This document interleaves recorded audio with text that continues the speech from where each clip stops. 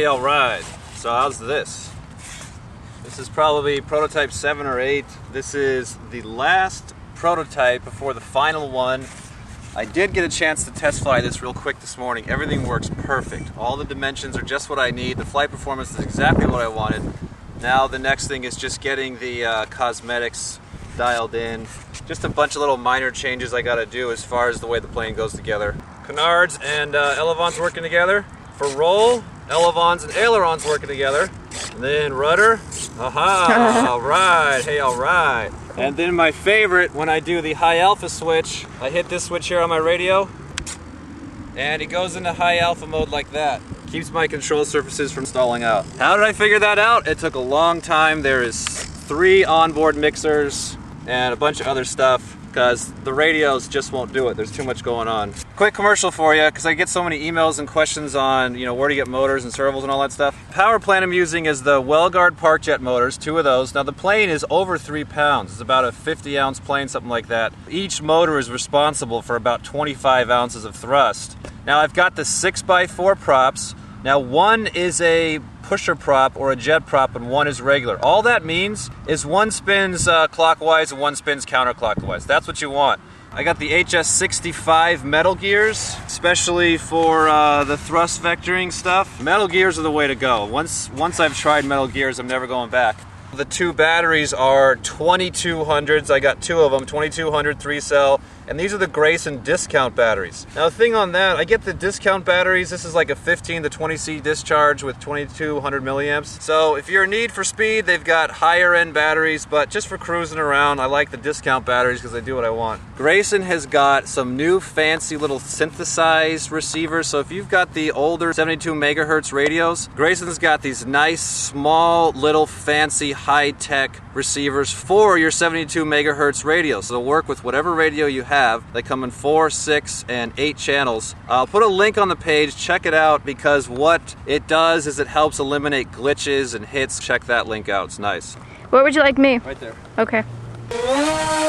Hey, all right. It's got that KF airfoil with that little step on the wing, and it just gives it so much float.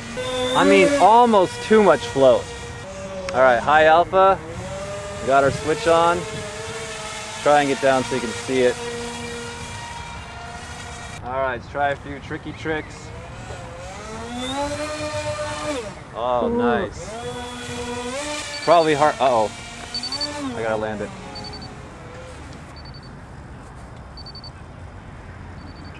Careful. Yay. That was a good landing. So the plane is actually tail heavy, and it still flies with incredible control. A way that you can test to see if your planes are nose heavy or tail heavy is take your plane up in the air and then cut the throttle and let it glide down and see what it does. If it's going like this, it's tail heavy. If it's going down too steep, it's nose heavy. If it's just got a nice, gentle downward angle, you've got it just right. So when I cut the throttle and come in, I can see the plane starting to kind of pitch up. That means it's tail heavy. I've got some down trim on this thing just to keep it more center, which is kind of how the real ones do. The real ones are so tail heavy, the control surfaces are always keeping the nose down.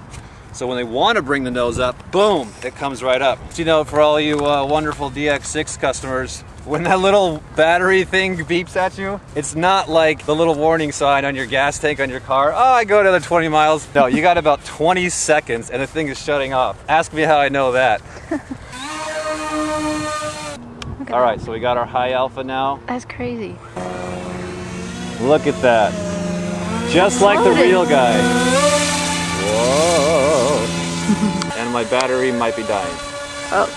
All right. Yeah, one's going out. Okay, on one side. In. Yeah, one side. Uh-oh. Don't crash it. Yeah, don't crash it. You got the little things at the bottom. Oh, nice. Whoop. Nice. Yep.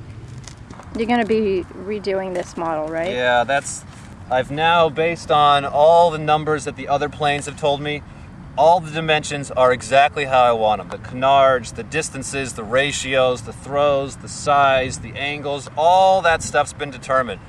the center of lift, center of balance, all that kind of stuff. So now that I have the numbers that I know I need and want, now it's up to however I want to get it to look and work. Here's how I'm doing the canards. Just servo horn. So that's flush. Yep, that's it. And watch this. Up, comes right off. Goes right back on. Up, comes right off. Goes right back on. Another thing that I've learned from all of my test flying over the years is that the aerodynamics for real stability, if you want real good pitch stability, it's good to have a plane that's longer than it is wingspan. Like an F-117 is longer this way, narrower here. It's going to be more stable on the pitch. Now if you want more stable on the roll, you have a longer wingspan than you have a body, like a sailplane. Very, very long wingspan. What I found with the bus, our school bus, it's basically a block. It's like the wingspan and the nose to tail are almost the same. So very stable on the pitch, very stable on the roll. Now here's what I'm talking about where I have the numbers I want, but I'm tricking the eye through the cosmetics. This looks like it's way taller this way and this way. Yeah. From here to here is like 38. From here to here is like 52, something like that. But you know what? It's not. It's really 38 by 38. Here to here is 38, so that's lift for the wingspan. From here to here is 38, so that's lift this way.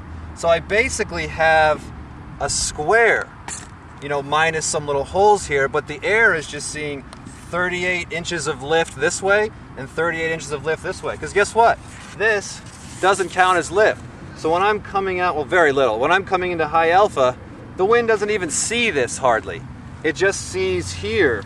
And so it just sees a square, which is 38 by 38. So it's the dimensions I want. So I was able to get a plane to be 38 by 38, the same length, the same wingspan and nose to tail, yet cosmetically your eye sees a much longer plane. Tricky, huh? That's tricky. So nothing's on accident. It's all on purpose. Okay. Hang time. That is so smooth. Okay, that was right next to my head. Good thing I was short, huh? Yeah, good thing you're in front of me. Alright, here we go. Okay, okay. Yeah, it needs to be, I don't know, I'll have to experiment with having the weight a little bit farther forward. I don't know, I'll have to play around with it. How was that? So remember, check out the links on the side for electronics, motors, battery, speed control, that kind of stuff. And next week, we're going to be taking this to the Rose Bowl, which is our local flying field. You know, the Rose Bowl, there's a field out there, all the guys fly there. I haven't been out there for a year. I just haven't had time to get out there.